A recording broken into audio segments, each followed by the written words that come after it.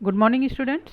Today we will start our new chapter, Morphology of Flowering Plant, uh, and we will know about flowering plants, है ना। तो आज हम एक अपना नया चैप्टर यूनिट 2 का मार्फोलॉजी ऑफ फ्लावरिंग प्लांट्स, जो कि structure organization plants and animals के अंतर्गत आता है, ये हम स्टार्ट करेंगे। तो सबसे पहले हम जनरल इंट्रोडक्शन देखें कि फ्लावरिंग प्लांट्स क्या होते हैं। You have studied earlier that on the basis of cellular organization, organisms are of two types, unicellular and multicellular।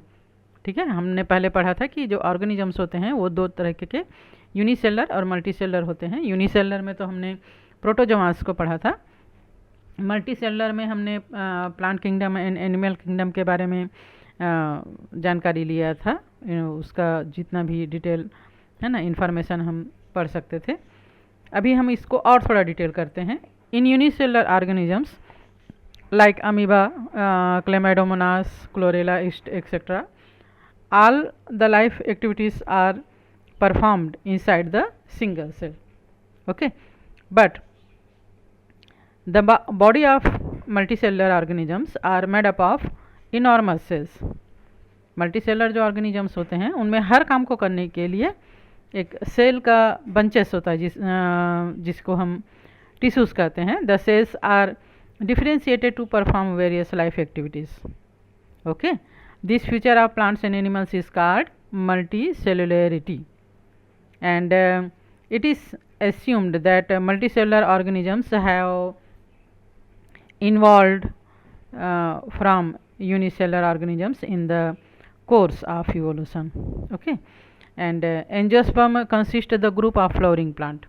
हमने प्लांट किंगडम में पढ़ा था, विभिन्न ग्रुप पढ़ा था, जिसमें सबसे डेवलप्ड जो ग्रुप होता है वो एंजियोस्पर्म का होता है, जो कि फ्लावरिंग प्लांट्स होता है। इनमें फ्लावर्स पाया जाता है। इनमें हर एक सिस्टम जो है वो रूट सिस्टम, शूट सिस्टम, है ना, रिप्रोडक्टिव सिस्टम, सभी जो है वो डेवलप्ड होते हैं।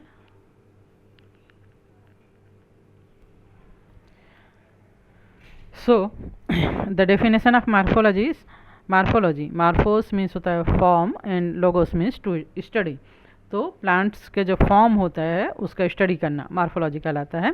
सो morphology is the branch of biology which deals with the study of form, size, colour, structure and relative position of various parts of organisms. Okay, and when we know about plant parts of typical flowering plants, एक typical flowering plant में कौन कौन सा plant part होता है। एक तो जो सॉइल के अंदर होता है जिसे हम रूट सिस्टम कहते हैं, और दूसरा जो सॉइल के ऊपर होता है उसको हम शूट सिस्टम कहते हैं। ओके, तो what is the root system? Root system is the underground part of the plant which develop from radical during the germination of seeds. जब सीड का जर्मिनेशन होता है तो वो रेडिकली जर्मिनेट होता है, and it is made up of primary, secondary, tertiary roots and roots hairs, है ना। डिफरेंट टाइप के रूट्स अभी हम पढ़ेंगे, जिसमें कि एक जो सीड से निकलता है वो प्राइमरी रूट्स कहलाता है। उससे फिर जो ब्रांचेस अगर निकलते हैं तो secondary roots and tertiary roots होते हैं, एंड रूट्स हेयर इनमें प्रेजेंट होते हैं। And when we talk about shoot system, shoot system constitutes aerial parts of the plant, है ना, जो हवा में रहता है, सॉइल के ऊपर रहता है, उसको शूट सिस्टम कहा जाता है प्लांट का। And it develops from plumule during seed germination. जब सीड एक जर्मिनेट होता है, जैसे एक सीड है उसमें जर्मिनेट हो रहा है, तो एक जो है वो रूट जाता है और दूसरा जो है वो शूट सिस्टम में जाता है। ये प्लूमूल से जर्मिनेट होता है। And shoot system is made up of stem branches. जैसे ये निकला, इसमें से लीफ निकला, फिर बाद में ये जो है वो बढ़ते चले जाता है, देन इसमें स्टेम में से ब्रांचेस होता है, लीफ निकलता है, इनमें फ्लावर्स लगते हैं, फ्रूट्स लगते हैं। All the part of plant body except flower are collectively called as vegetative organ. ठीक है, इसमें हमने फ्लावरिंग प्लांट के बारे में पढ़ रहे हैं। तो जो फ्लावर होता है उसको छोड़ के बाकी के जितने भी इसके पार्ट हैं, लाइक स्टेम, ब्रांचेस, लीव्स, है ना, ये सब क्या कहलाता है? वेजिटेटिव ऑर्गन कहलाता है। okay, and whereas flower is the reproductive organ of the plant body as it produces fruits seeds by fertilization. Okay, and अगर हम रूट के मार्फोलॉजी के बारे में बात करें, according to morphology of roots, the root is an elongated, colorless, underground, positively geotropic and negatively phototropic structure which develops from the radical during seed germination. ठीक है, तो रूट्स जो है वो कलरलेस होता है, इलोंगेटेड होता है, अंडरग्राउंड होता है, एंड पॉजिटिवली ये जियोग्राफिक होता है, मतलब गुरुत्वाकर्षण के तरफ ये जाता है, और निगेटिवली फोटोट्रॉपिक होता है, मतलब ऊपर प्रकाश की तरफ ये नहीं बढ़ता. ठीक है, and the main function of root is in during absorption of nutrition material and water from soils. Okay, तो जनरल कैरेक्टर अगर हम रूट का देखें तो क्या क्या हो जाएगा. Roots are developed from radical of embryo. Roots grow downwards. Example, they are positively geotropic and negatively phototropic. A cap like structure is found at the apex of root. इसको हम देखते हैं एक डायग्राम के थ्रू देखते हैं. यहाँ पर पूरे प्लांट का डायग्राम देखते हैं ना, like this. Here the flowering plant. ये सॉइल के अंदर जो है वो रूट सिस्टम है. रूट में एक प्राइमरी रूट, देन ब्रांचेज जो है सेकेंडरी रूट, एंड और ब्रांचेज टर्सरी रूट, और इसमें जो है यहाँ पर एक रूट कैप होता है. ठीक है, सॉइल के ऊपर जो है वो प्लांट का सूट सिस्टम होता है, जिसमें हम देख रहे हैं एक मेन स्टेम है, देन उसके ब्रांचेस हैं, एंड लीव्स हैं, बर्ड्स हैं, एंड फ्लावर्स एंड फ्रूट्स हैं. तो ये तो एक फ्लावरिंग प्लांट का डिफरेंट पार्ट हो गया. यहाँ पर हम रूट्स के बारे में देख पा रहे हैं. 2 टाइप्स ऑफ रूट्स हमको दिखाई दे रहे हैं. एक जो है वो इसमें प्राइमरी रूट्स में ब्रांचेस निकले हुए हैं, एंड इसमें रूट से हेयर भी प्रेजेंट है. दूसरा जो है वो बंचेस के रूप में है. तो इसमें जो डिफरेंट टाइप्स के रूट्स हैं उसको हम स्टडी करेंगे. और जनरल कैरेक्टर अभी हम रूट का देख रहे हैं. तो जनरल कैरेक्टर में क्या जाता है यहाँ पे, रूट में इसका ये जो जर्मिनेशन होता है जब सीड का, तो वो रेडिकली होता है, एंड ये डाउनवर्ड्स ग्रो होता है ना. अभी जैसे कि हमने पढ़ा कि पॉजिटिवली जियोट्रॉपिक एंड निगेटिवली ये फोटोट्रॉपिक होता है. और यहाँ पर कैप लाइक स्ट्रक्चर हम देख पा रहे हैं, and a cap like structure is found at the apex of root for its protection. ये जो है वो इसका प्रोटेक्शन के लिए होता है, सॉइल के अंदर इसको बढ़ने के लिए, and it is known as root cap. Roots do not bear birds and leaves. इसमें बर्ड्स या लीव्स या नहीं होता. Okay, and unicellular roots hair are formed on the surface of roots. यहाँ पे हम देख पा रहे हैं ये रूट हेयर है जो कि यूनिसेलुलर होते हैं, and absorb water and mineral from the soil. ये जो है वो मिनरल से सॉइल और वाटर को एब्जॉर्ब करते हैं.